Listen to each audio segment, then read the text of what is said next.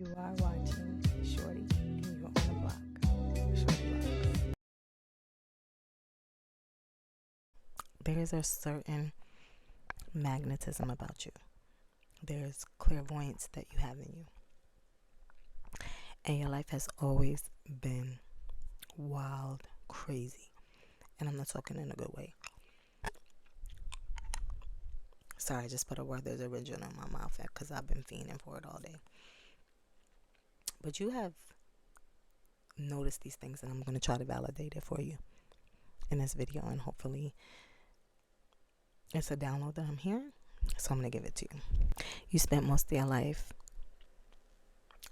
not really knowing this light and this brightness that you have about you. And it started out with being picked on. I was picked on so bad as a kid by family. I started to notice later on that it was from friends, but it was like one or two incidents. So I just wrote it off as, oh, that's nothing. It was just when I was a shorty. But I didn't really get to see how people really admired me, but also envied me until I got into the real world, the career world.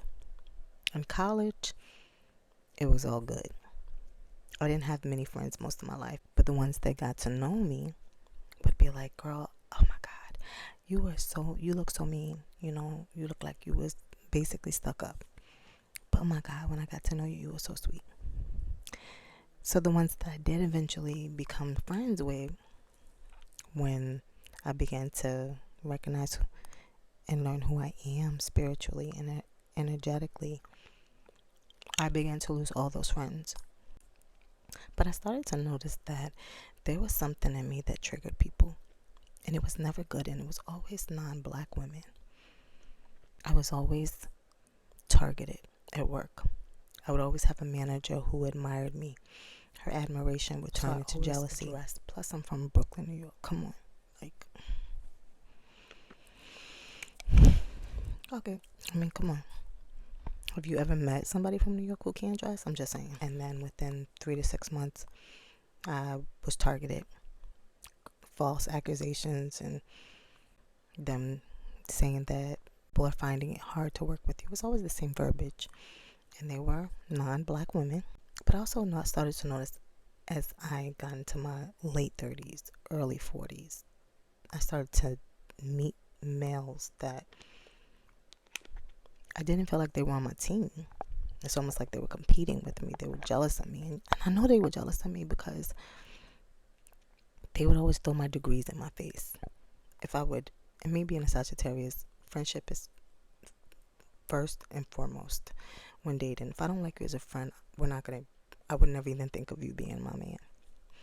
So they would either try to rush me to the altar, go pick out rings, or they would throw my degrees in my face. But they never were on my team. So I spent a lot of my life just like, I'm going to be by myself, because it's better to be by myself than to keep going through all these different things. But in the meantime, outside of those relationships, I would meet people who I would inspire. They would be, oh, I wish I could do that. I would never tell them to go eat right, stop eating meat, work out, drink teas, clear out your systems, lymphatic system. I would just do it. They would call me and FaceTime. Like, what you doing? Oh, no, I'm just making me some herbal tea or some infusion tea I'm making. I got some chlorophyll in. I wouldn't tell them, you need to drink this.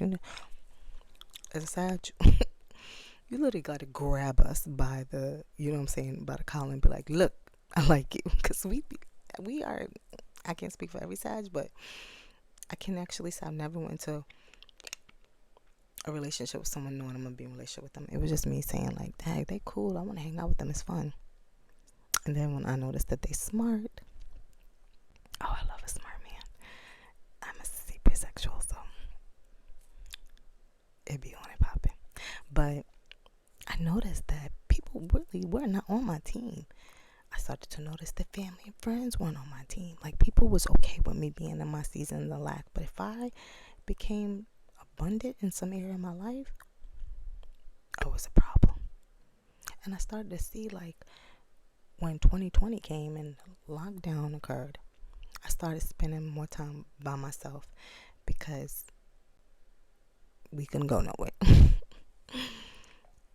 But I also ended up getting into two of friendships that they were wanting more. I wasn't. Judge me if you want to judge your mother.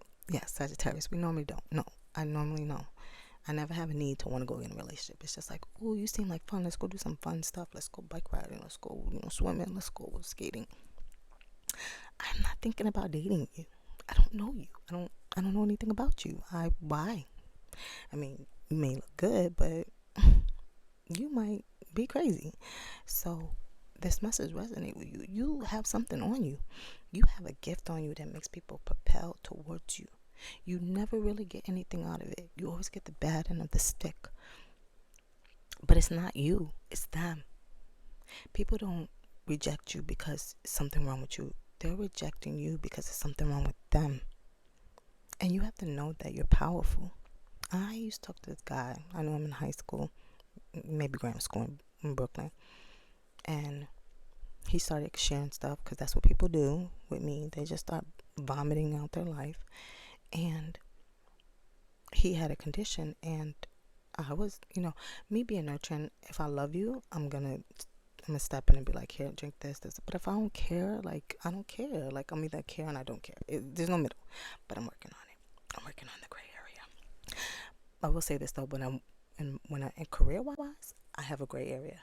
If I don't like you, I'm still gonna work with you and laugh with you. But as soon as that's done, I don't know you. Don't come to my desk laughing with me because I don't like you.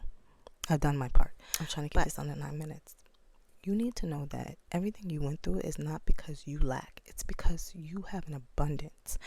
Your normal life does not look like an abundance. You are in a season of lack. If someone looked at you like, why you don't have this? Why you don't have that? Because when you heal people, you kind of share some of your blessings with them. Now is the time to tell the universe, no, I'm not asking for anything anymore. Give me what I am owed. This message is about you saying to yourself, you are a chosen one, a divine feminine, a divine masculine. You don't need to ask for anything anymore. Tell the universe to give it to you. Let the Most High Yahweh know that, God, let me show you I'm ready for being a millionaire, and I will still praise you. Yahweh, let me show you that I can receive $1 million and I will still donate to people who have no food, and I will build them teeny houses. I will show you that I'm ready. Tell the universe that's what you're doing, because you have given to all these people in your life from grammar school up, and you have nothing to show for it. And this is your time to let the universe know you've done the work, you want what you want, but you have to live in a space like you know that you that girl, you that guy. Stop sitting around letting yourself be sorry for yourself. We're all in a season of lack in some way, some shape, or some form, but don't stay in that, because that's not your reality. When you're making your coffee, you should be pretending that you're in your mini mansion with this long island, and you're cleaning it off while making you a veggie sandwich. Well, maybe eat something, but like me, I don't care, I don't judge. Eat little Tink Tink, the cow with the bell. But you are powerful. You know who you are. Remember what you are not anymore. Put those things in the past and let the universe know you've done your due diligence. Give me what I need. Love you.